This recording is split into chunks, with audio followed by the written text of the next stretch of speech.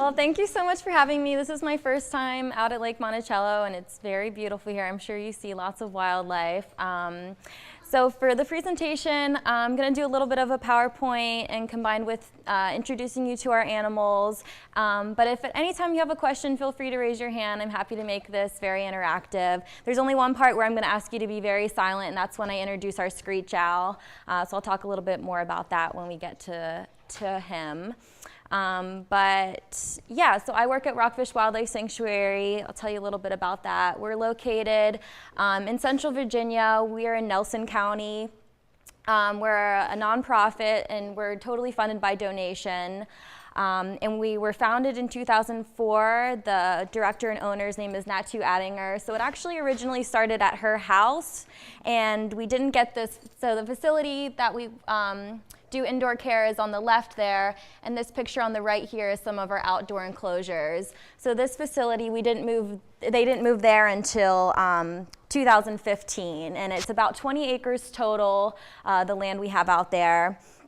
And I joined the team in March of 2016, so it's been almost a year that I've been there. But like mentioned, I worked part-time at a wildlife center up in Pennsylvania, and I graduated with social work, so I thought I would do some type of animal-assisted therapy, and I ended up working at a residential treatment center for youth, and they had an animal sanctuary there, so that's where I kind of began doing it. And so some stats from this last year, 2017, we rehabbed over 600 animals. So in a given year, it can be anywhere between 600 actually is pretty low. It can be between 600, 800 animals that we see throughout our season at Rockfish. So we get a lot of animals in.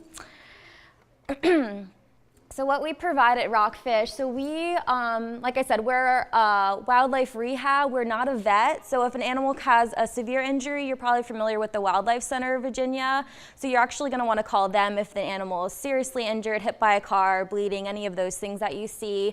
We mostly take in orphans, and we work with the Wildlife Center a lot. So we do the continuing care after maybe they get a surgery or a wound is mended. Then they'll send it to us to do continuing care. So our big goal is to release the animals back into the wild. So here you can see a picture of some baby ducklings and then released back into the water. So that's the main thing we do. Our number one goal is to release all animals back into the wild. We take a lot of phone calls, so we're constantly talking to the public, giving them information about what to do if you do find a baby animal. And then we're expanding and trying to do more education, so programs like this, and educate people that are interested in helping wildlife what you can do in your own backyard. So that's what this is mainly about today. So like I said, our main goal is to release all our animals back into the wild, but unfortunately sometimes that's not possible. So we have two cases of those here today. So I will first introduce you to Autumn. And can anyone tell me what kind of snake Autumn is? I'll pull her out so you can see her colors.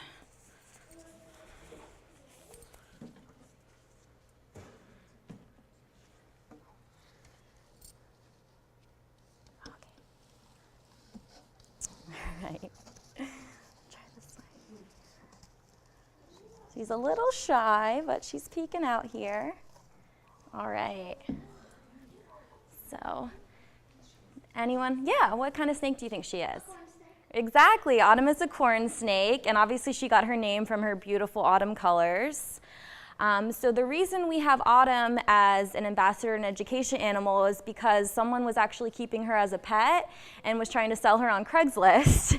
And one of our volunteers saw the ad, and we got in contact with the person, so we were able to get Autumn to our facility. So she was raised in captivity, so that's why she couldn't be released in the wild. So she doesn't really know how to adapt into the environment as an outdoor snake. So a little bit about her. I'm not sure exactly what year she came, but does anyone know why? There's a couple different rumors, but why this type of snake is called a corn snake? Yeah? Because it eats corn? Kind of. They often are found inhabiting in corn cribs, so around where you see corn, so that's where they think that the name came from. And obviously Autumn is native to Virginia, so it was illegal to keep her as a pet. We have to have special permits for all the animals that we have at our facility to use them for education purposes. So Autumn is a reptile. So she has, usually reptiles have dry, scaly skin, but it's not the case in her. She's really more smooth. That right here, she shed her skin about a month ago. So this was what her old skin was like. So that's why she's still looking pretty shiny. She has her new coat for winter here. Does anyone know why snakes shed their skin? Go ahead, right here. Because they grow out of their old skin. Yep, exactly. So she's still growing, and depending on the snake, they can do it once a month, once a year. So it's really kind of just depends on the snake. So she doesn't shed her skin that often, maybe every couple months. But we're not exactly sure how old she is either, so it can be dependent on that as well. So snakes are actually really great animals to have around your yard. They are predators, so they eat a lot of the pesky rodents like mice that we don't really want crawling around in our house. But they also can eat moles, they eat frogs, eggs, and they can even eat baby birds. So they're good, obviously, because they eat the snakes. And obviously, some snakes can be venomous. Autumn is not one of those snakes, but there are 3 types of snakes in Virginia that are venomous. Are we aware? Anyone aware of what they are? Go ahead. Copperhead's one. Cottonmouth. Cottonmouth, and one more. Yep, and the rattler. So a lot of times people see snakes in the yard and get very worried because they could be a venomous snake. But most of the snakes that we do see around are probably the black snakes, which aren't venomous, and they're good because snakes are very territorial. So having those kind of snakes in your yard are good because it actually keeps out the venomous snakes. So they are a good animal to have, but again, if you have any questions or concerned about a snake that you see, it's always best to call us. You can even send us a picture so we can help you identify what it is. So we're always happy to help with any snake issues people have. Does anyone have any questions about Autumn? Yeah. So one thing about Autumn, so when she has that kind of skin, when she grows more, so she has to move her skin out of the way so she can get new skin. Yep, that's right. Sounds like you know a lot about snakes, huh? Yeah, I know a lot. Any other questions about Autumn? Would you repeat that if Autumn is in your yard, a corn snake, then there won't be likely to be... Right, there won't be likely because snakes are very territorial, so they guard where they live and they don't often let other snakes in. So and these are rare snakes to see because they do camouflage so well, but if you do happen to see one, then you're pretty lucky. They're good snakes to have around. Yeah? If you were to see one, would it be safe to pick it up? No, you definitely never want to pick up wildlife unless you think it's injured, but it's always best to call first so you know the best way to handle it. But if you see it, you just want to leave it where it is. Yes? Can you tell us what a venomous snake would look like? A venomous snake, so there's a couple different kinds. It's hard because they are different looking as juveniles and adults, but I brought this book I can pass around, which I think is the best reference that we have. I'm going to put her back in here. Now she wants to hang out. And we actually transport her in this pillowcase, which seems kind of weird, but all our animals, it's best to transport them in something very dark. It keeps the stress level down for them. I'm going to stick her back in there for a minute. So there's a couple different ways. You can do it by getting an x-ray. That's how we determined that she was a female. But another way you can tell is by the end of the tail. Usually females have a longer, skinnier tail that kind of gets smaller and smaller towards the end, whereas males kind of stay the same length. And that's typically how you can kind of tell what gender it is. So here's the book that we like to use as a reference for identifying venomous snakes. And the 3 in red here are the 3 that we have in Virginia. So I can just pass this around and you can kind of look at this to identify. Yeah? How does a corn snake protect itself against a poisonous snake? You know, that's a good question. So the question was, how does a corn snake protect itself against a poisonous snake? And I'd actually have to get back to you on that. I'm not I'm not actually positive how that. I know they're territorial, so they provide, they guard their area very well, but not sure what they would do in that situation. So, yeah. When venomous snakes bite you, when their venom comes out, doesn't your blood get like thicker, and that's how? There's a couple different things that can happen. There's, in that book too, it shows you kind of the different bites that a snake can make, but there's different things that happen depending on where you get bit and how deep. So the best thing to do is always obviously call the doctor and get in right away if you think you were bit by a venomous snake. I know the only snake that doesn't bite you. What's that? A black snake. A black snake, yeah. So black snakes are also really good snakes to have in your yard.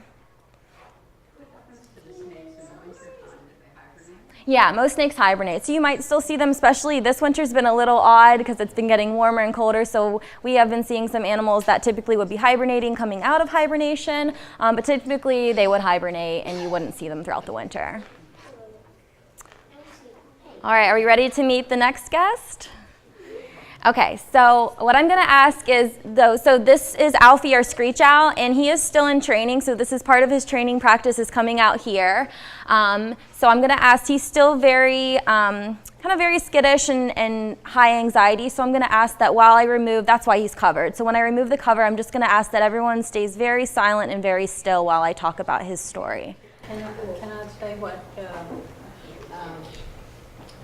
Google says?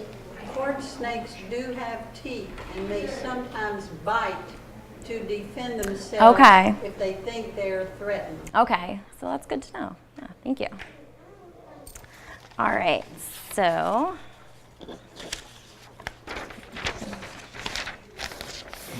okay, so again, just a reminder to be very quiet and as still as you can while I show you Alfie.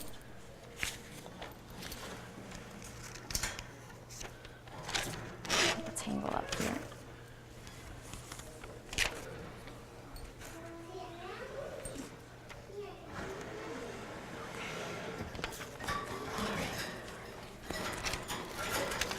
All right, a little stressed, but we'll let him calm down for a minute. Okay, bud. Can everybody see? No, it's kind of blocked here. There we go. Okay. So Alfie was actually found in a dumpster in Waynesboro, Virginia. If you can see, I'm trying to get a little closer here. He only has one eye.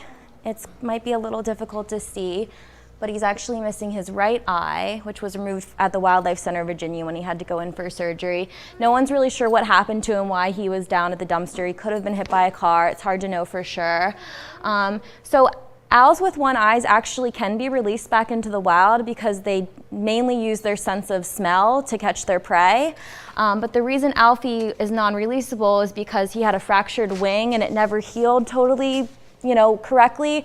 And owls heavily rely on being able to fly silently. So when Alfie flies, you can hear it. I should have brought a feather because you can, when you wave an owl's feather, you can hear it's completely silent. Whereas like a red-tailed hawk or an eagle, you can hear the sound of the feather when the wing is flapping. So since Alfie was not able to fly silently, his chances of survival in the wild are very slim, and that's why he is kept as an education animal. So a little bit about Alfie and screech owls. They are one of the smallest owls in North America. They weigh typically 7 ounces, which is less than half a pound, so they're very light. They look bigger than they are just because of the feathers, but just total without the feathers, they're actually very, very small. Their wingspan, so when they spread their wings out completely, is usually around 21 inches long. Alfie is identified as a raptor, so birds of prey. And does anyone know what the word raptor actually means? It's a Latin word that means, any guesses? What do you think? So, about Alfie, so when she was found in the dumpster, was her eye still there, or was her eye still fixed? So she still had her eye, but it wasn't working. It wasn't functional. So that's why the Wildlife Center Picked her up. She was not really flying really well. I actually wasn't there, so I don't know the full story, but she was down by the dumpster, so I don't think she was flying at all when they found her. But good question. So raptor actually means to carry away. So typically birds of prey, raptors, they'll pick up their prey and carry it away with them. But unlike most raptors, screech owls typically carry their dinner, their prey back to their nest because they're trying to avoid getting, fighting off with other bigger raptors that are also looking for the same prey. So they typically take it home and have a nice dinner at home. They also typically mate for life. So when two screech owls meet each other, they usually stay together. And they learn to fly at around 4 weeks of age is when a baby screech owl starts flying and starts becoming pretty independent at that point as well.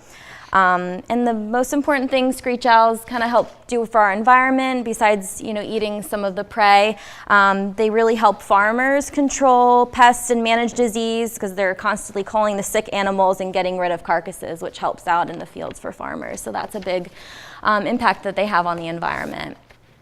Any questions about Alfie or screech owls in general? How long do they live before They usually live, it's different in captivity and in the wild. I know screech owls have a shorter lifespan than some of the bigger owls, but I think it's about in the 20 years or so, but I'm not sure. Yeah?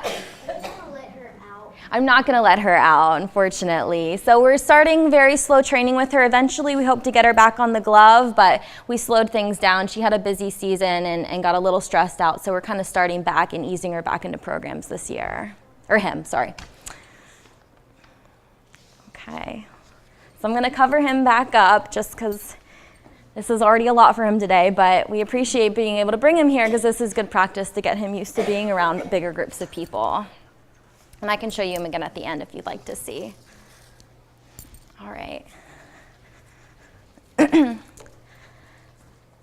So now I'm going to move on to talk about things that you can do in your own backyards here to help with wildlife, especially throughout the winter months where it can be kind of tough for animals. So the first thing I'm going to tell you actually probably seems a little counterintuitive than what you're thinking because animals are looking for food at this point. They're trying to bulk up for winter. But the number one thing we tell people is to actually not feed the wildlife.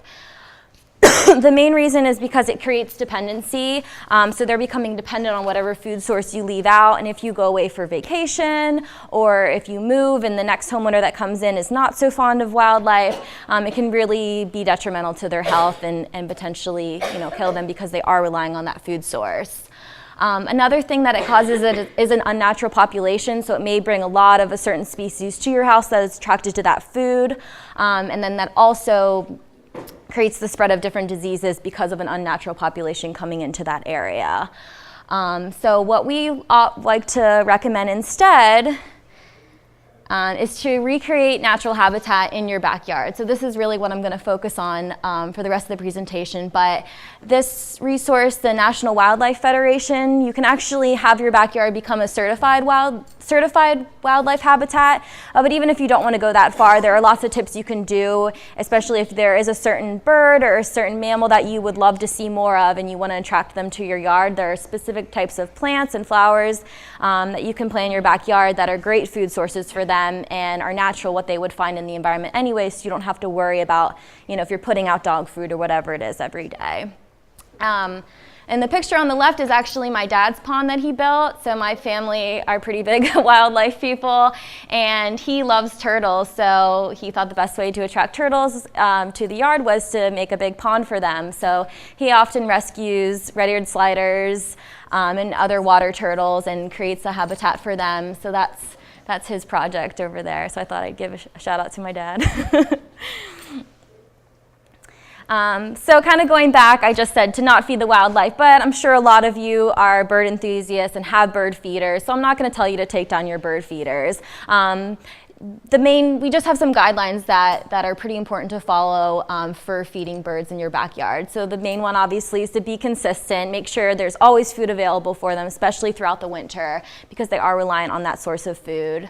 To keep your feeders clean, because that is where disease can be spread if they're being contaminated by different types of bird feces and things like that. So just to make sure that it's a cleanly space for them to come feed from. providing only good quality natural bird foods. So we're not going to put out breadcrumbs or things like that just because they don't really have any nutritional value and don't benefit the bird's health. And the last thing is to know what birds are coming to your yard, and especially in the winter. If you're seeing different types of birds in the winter, you can Google or look up even what type of food are most preferred by those types of birds. So obviously we're going to be seeing more cardinals, blue jays, things like that. So just knowing that you're putting out the kind of food that they enjoy, you'll end up seeing more of them as well.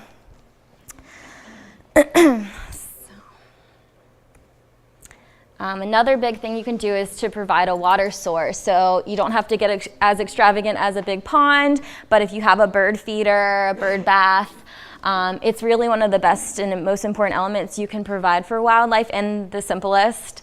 And obviously in the winter, things start freezing over, so you can get something, it's like they come in different sizes, but it's a small heating disc, so you'd have to run an extension cord and plug it in, but it's basically a defroster, so if you have a small water source, you can make sure that it doesn't freeze over, so that source is always available to the birds or frogs or whatever wildlife is being attracted there.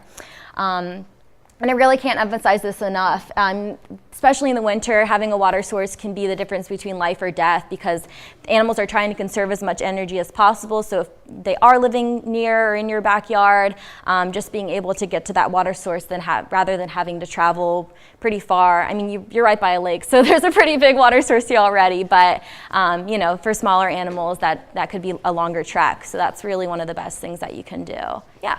Where would you find something like that? So the one we got, we get all of our stuff on Amazon, and we use, it's Amazon Smile. So if you type in Amazon Smile and Rockfish Wildlife Sanctuary, it actually donates 5% of whatever you buy to our organization. So we use that pretty much for everything, just because it helps us in the long run. But I'm sure also places like Lowe's or a department store might have something, or like a home garden store like that, but we got the ones we use on Amazon. So the next couple things I'm going to talk about also kind of seem like I'm basically telling you to leave your yard a mess, but that's really what the animals enjoy the most, is the most natural habitat you can provide. So really from an animal's point of view, the rituals that we commonly do, like raking up the leaves and cleaning up the yard, in their mind they're thinking, like crap, it was really depending on those things. It's a food source, it's a source of shelter. So really, they're kind of thinking just when the times get tough, we're kind of removing the things that they rely on. So kind of thinking about leaving certain things that you would normally be cleaning up, like leaves. So if you don't want to just leave the leaves scattered around your yard, you can, if you have a garden, it's a great mulch, great compost for your garden. So those are some things you can do that also will benefit the wildlife. And it is really great for the soil and fertility. So I'm sure any gardeners know that already and are using that in their compost. So there's ways that it can be reused rather than bagging it up and putting it on the side of the road. Let's see here. So along with the leaves, leaving any dead plants and flowers, you can leave them where they've fallen or put them in your garden again. It's best to wait till spring to get rid of all the dead flowers and stalks. Really those stalks, leaves, seeds, they provide food and shelter for a lot of the wildlife. Hardy ferns often last throughout winter, so that's another good thing to keep around for wildlife. They will also forage the seeds of dead grasses and use that for the following spring, especially when they're building their habitats, their nests in the trees. And a really good resource I have, one of a volunteer created this website, and it's called Wild Foods for Wildlife, and I have the website at the bottom here. This is a great resource if there is a specific type of bird or mammal that you're trying to attract to your yard. This kind of goes down a list of all their favorites. So there's wildflowers, wild plants that you can plant in your yard and in your garden that are most likely to attract that type of wildlife. Can anyone identify, the last one's just a basic fern, but can anyone tell me what the first flower is? Goldflower. Close, yep, coneflower. And what about the second one? Beautyberry. So those are some two favorites that we have around our facility.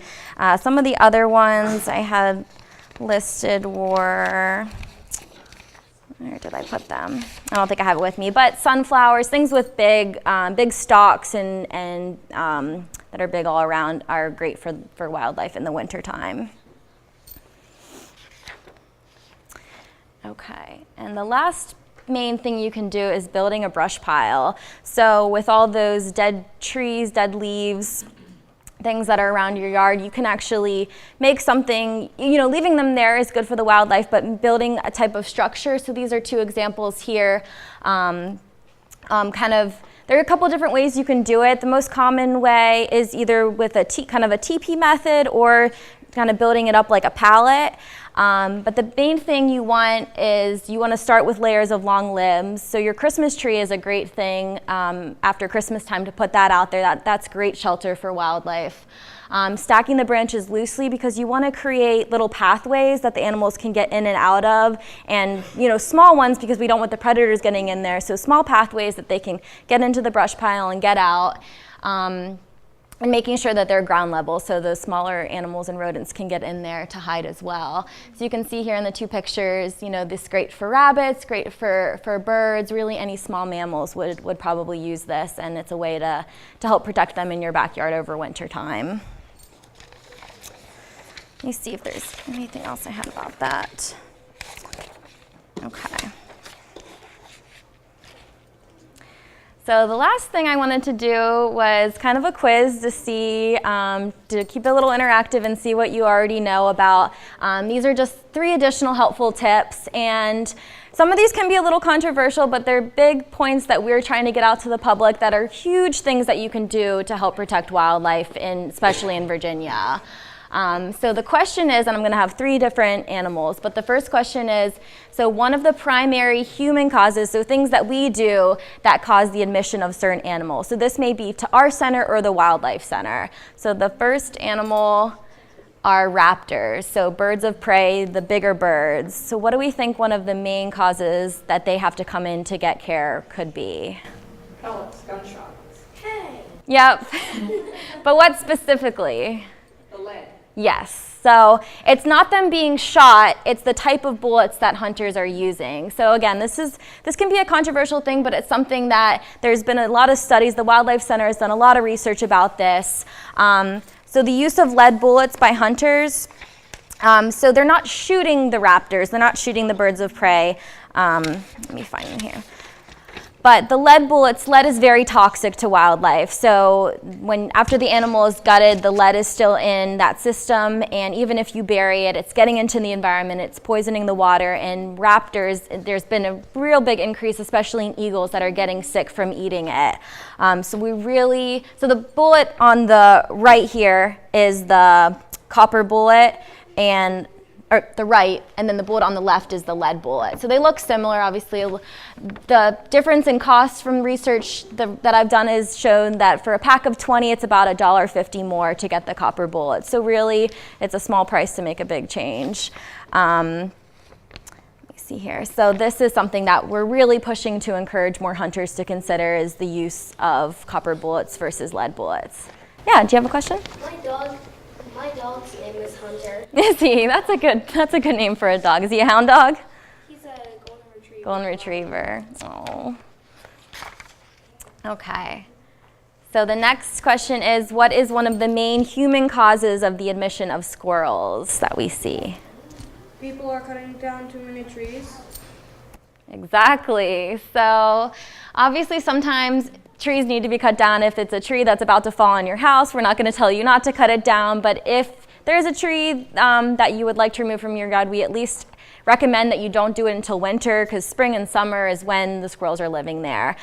So the main reason is the habitat destruction, and oftentimes there's still a chance. A lot of times people think that if they touch a baby animal, especially a baby squirrel or bird, that the mother won't return, which is not true.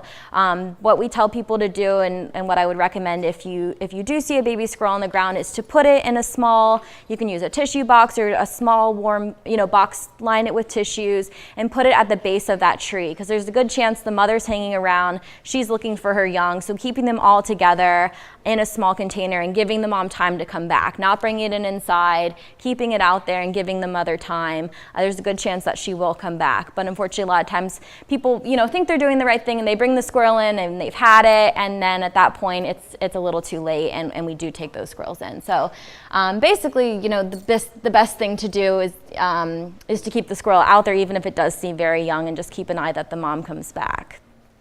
My dog kills. That happens. It's kind of related to my last point, so we'll move on to that. So songbirds, again, that cause I just talked about is another big cause for songbirds, but there's an even bigger one that we've been doing a lot of studies on. Does anyone want to guess what that might be? I think I heard it. Cats. So cat attacks are one of the biggest causes of baby birds coming in. So our recommendation is obviously to keep your cats inside if possible. Unfortunately, even when a bird is attacked by a cat and seems fine and flies away, studies have shown that the lifespan of that bird has gone down. There's probably some type of injury, and it takes a little while, but the chances of survival are not as high once being attacked by a cat. And the Wildlife Center, specifically because they take in the injured animals, have seen a big increase in the admissions of baby birds. And actually, there was a study done, I brought it pretty recently. Where is it? This was done last year, and there's a new study that just talks about kind of what I said, the extensive damage caused by domestic cats to wildlife. And basically, there was almost 3,000 birds that were admitted due to the interaction with cats. So it's just become, a big reason for baby birds coming in, and survival is tough when that happens. 3,000 in what area? This study was done in Virginia, but it was over, it was an 11-year study, so it was over a long period of time, but that's the amount that were confirmed, because a lot of times an animal comes in injured and we don't know for sure. We suspect that it was a cat attack, but unless the cat is bringing it up to the owner, they don't know for sure. So these were ones that were confirmed to be from cat attacks. Thank you. Yeah. Yeah. And you're thinking they're cat attacks rather than dog attacks because the cats can climb, or? Yeah, that's one of the reasons the cats can climb, and for some reason there's just a higher rate of cats getting birds than dogs. I'm not exactly sure why, but definitely part of it is that they can climb the trees, and they just seem to be more interested than dogs for some reason. So when baby birds are laying the flock, cats like to play with them. Yes. I mean, dogs don't like to play with them. Yeah. Cats like to play with them. Yeah, it's kind of like a little toy for them. Hurt them when they Yeah, so yeah, you think of the cats playing with the little catnip toys, and baby birds, when they're learning to fly, they're often hopping around in your yard, which is very normal, and that's typically when the cats can most likely get them.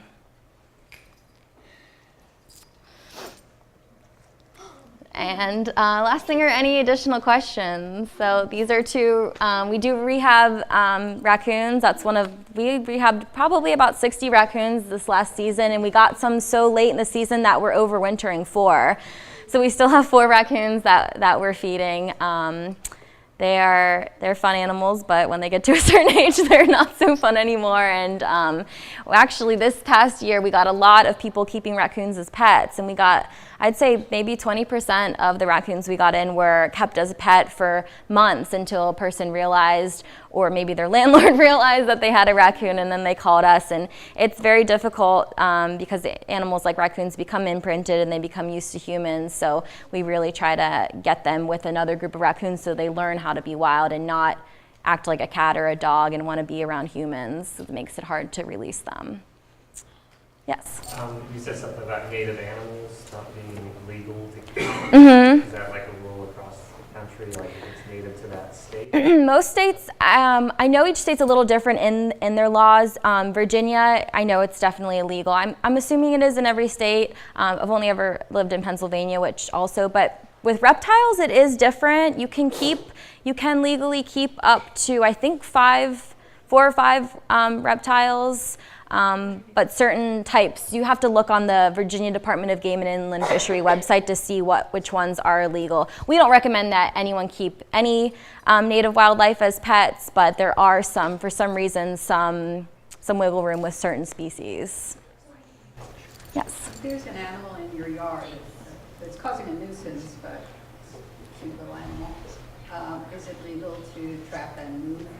It depends on the animal. So some animals are illegal to trap and move, some are illegal to kill. So it's really dependent on the species. So the best thing to do is to look it up on the Virginia. That has everything listed. So that way you can know which species. But I know a lot of nuisance animals, it is illegal, like groundhogs and things that get into your garden. And actually the biggest thing of advice we tell people for nuisance animals is to get a dog. Dogs typically keep those animals away from your garden. And we recommend different types of fencing, but dogs are the best solution for wildlife nuisance. Yes? Does the sanctuary have volunteer opportunities? We do. So we, right now is kind of our slower season. So if you're interested in volunteering, it's not the most exciting time. It's more chores and cleaning and taking care of the ambassador animals. But in the spring and summer, we're always in need of volunteers. We like if people can commit to at least 1 day a week, so we have kind of a consistent schedule with them. But basically when people are interested, we just have them call or email us, and you can come out for a trial day and just see if you like it. And then we have you register, so you get kind of your basic permit to work with wildlife, to work at a facility. We do that process with you. But I highly recommend, if you like animals, to come volunteer. It's really cool. You learn so much, especially about the native birds. I mean, birds were one of the things that I was always interested in but didn't know much of. And we feed baby songbirds every 30 minutes at the facility, so you really get to see a lot of birds and get to know them pretty well. So I can give you more information after, too, if you're interested in volunteering. And you have to be 18 years of age, unfortunately. So yeah, you guys have a couple more years to go, but we're always doing outreach projects as well to get young people involved. How many baby birds did you have this year? That's a good question. I meant to look out some more statistics before I came, but I'm not sure about baby birds. I do remember squirrels. We had 79 squirrels this season. And like I said, about 60 raccoons, but baby birds, I mean, hundreds. Lots of, that's.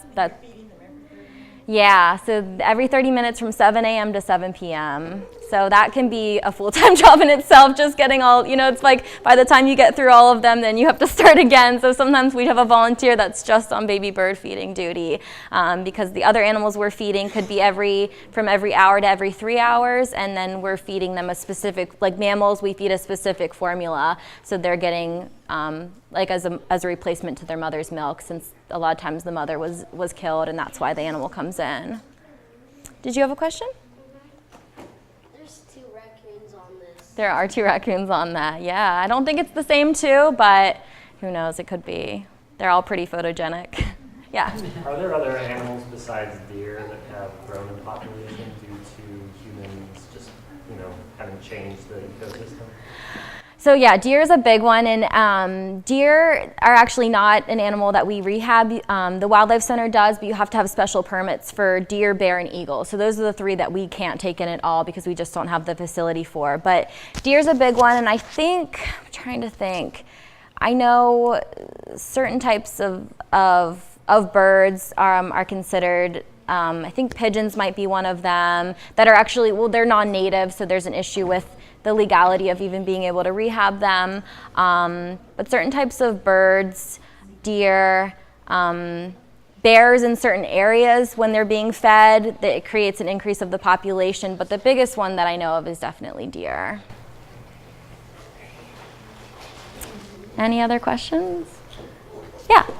We had an instance in the neighborhood of a deer that it was obviously had hurt its rear end, okay? But it was still functioning, and it was still following the group. And to even get a picture of it was difficult. Mm-hmm. So we really didn't notify anybody. Is that common? Just let it be? Just like what? Just let the deer be? Yeah, that's tough because a lot of times animals are born with a certain adaptation and or defect, and they learn to adapt with it and are just fine. In that situation, I would always call the wildlife center with specific deer questions because they can advise you if there's anything, if they would want you to bring it in, but I would guess most likely that they would tell you to leave it. They're hard to catch in general, so if it's not at a point where it's not able to move, the chances of you being able to catch it are pretty slim, or someone coming to trap it are pretty slim. But animals are pretty amazing, just like humans, with the ways they can adapt and be able to overcome certain disabilities. So that's probably what they would recommend as well, I would guess. Any other questions? Yeah. For kids that are crazy about animals and Yeah. want to do things but aren't old enough. So we have a couple of people in our education and outreach department that are always coming up with different ideas. We actually just had a group of Girl Scouts that built squirrel boxes for us. So if you have a group that has an interest, you can always reach out to us and we could give them a project that unfortunately they wouldn't be able to do and interact with the animals, but they could contribute. So if you have an idea or a group or something like that, just reach out to us and we're happy to kind of coordinate with you and come up with an idea of how they can get involved. Because I know, when I was able to work with animals at a younger age with just it's different in different states, and in Pennsylvania it was a younger age. So fortunately in Virginia it is 18, but we do try to get kids involved as much as possible. Yeah. If you've got kids that are younger than 18 but are old enough to be, young teenagers, the Humane Society here in Savannah is always looking for somebody to come in and pet the cats, so that some of them have been feral, or take a dog for a walk. Yeah, the Humane Society is a great place to kind of get started. And when I was looking for a job in the field of wildlife and wasn't able to get one, I actually walked dogs for a while. And it's a great way to just be around animals and provide a service. So always recommend that. And we're always in need of transporters, so I'd have to check, but I'm not sure if a transporter could at least be 16 or 17. Obviously, it's harder for a younger person that's in school to do transports during the day, but that's a big thing as far as a lot of, we have a small staff, so when an animal needs to come to us and a person is unable to bring it, we rely on our transporters. We have a list of different transporters all over the state that are able to bring animals to us or transfer an animal back and forth from the wildlife center to us, because we do that pretty much, could be every day in the busy season. So that's often a big thing that we need. You have another question? I know something about raccoons. What do you know about raccoons? Never go close to them because they have rabies. Well, they don't always have rabies, but they are a species that is high risk for rabies. So it's very, very smart to not go near a raccoon and to not let your pets near one either. But they don't all have rabies, so that's good to know too. Yes?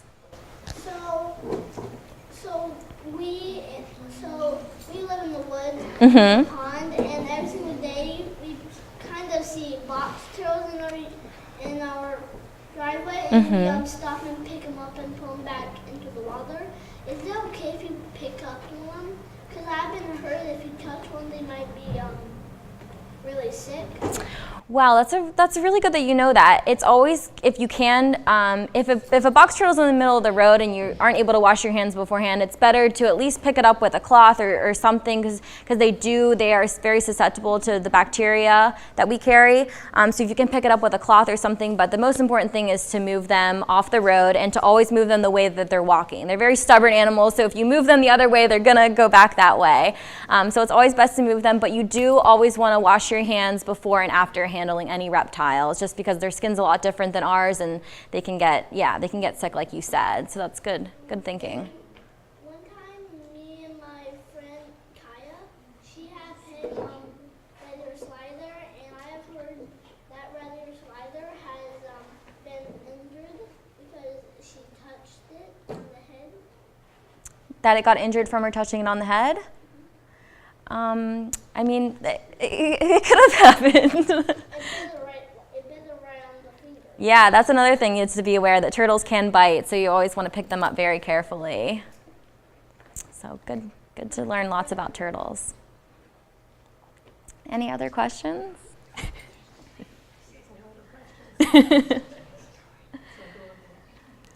Well, thank you again. It was an honor to come out here and present this to you. And if you have any other questions, you can always call us or email us. We're always happy to talk to you and give you any advice as best as we can. And we're just grateful that there are people like you that care about the wildlife as much as we do. So thank you.